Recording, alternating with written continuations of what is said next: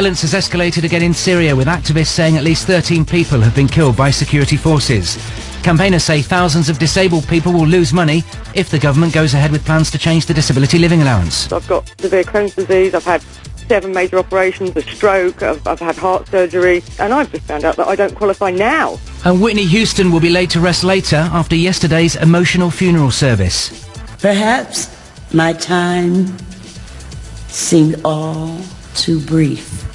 Don't lengthen it now with undue grief. I'm Seth Bennett with the sport, and British boxing will have to deal with the embarrassment of Derek Chisora and David Haye brawling at a post-fight press conference. David, do you want to tell me that in my face? Do you want to tell me in my face? I bet on Chisora. Do you want to fight me? That happened after Chisora lost to Vitaly Klitschko on points in Munich, and Arsenal are out of the FA Cup. That's after they lost to Sunderland. More with me at 5:35. Here with 5 Live from the BBC Sunday morning. Our main story: activists say at least 13 people have been killed by security forces in Syria.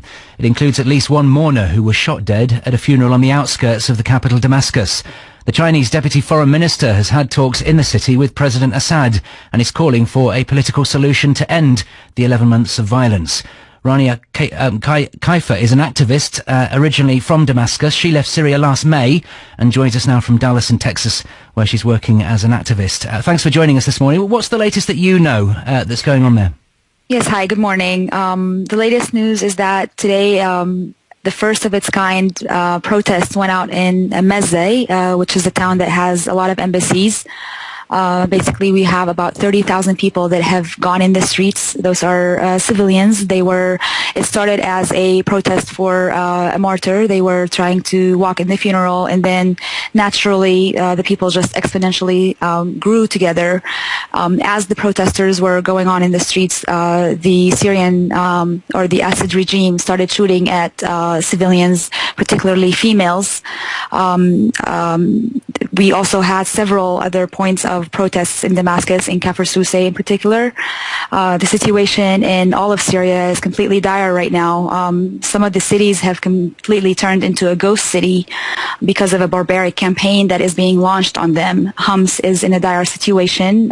We have heard from defected military officers that the Syrian regime may be using chemical weapons on the civilians over there. Also in Hama, there's a curfew where people, if somebody is walking in the street after 10 o'clock, they get shot at. There is no electricity, there is no phones, there is no internet connections. It is extremely hard to get in touch with the activists on grounds in Idlib, in Hama, in Homs, and basically they are completely cut off from the world. Explain to us the significance of violence like this reaching the capital. Well, this is very major. It could be the beginning of the end for the regime. If the protests in Damascus begin to grow on daily basis, it could be a matter of weeks before the regime is toppled.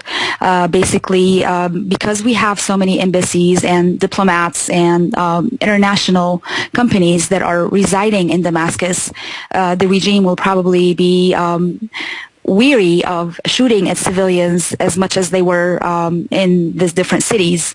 So this is very strong. This is very powerful. It is very inspirational. It could mean the beginning of the end, and it could be just a matter of weeks. Damascus is a big place, of course. How widespread have you heard the problem is? Damascus is a big city. There is at least 4 or 6 million people in Damascus. What happened today is absolutely marvelous. 30,000 people going out in the street means a lot.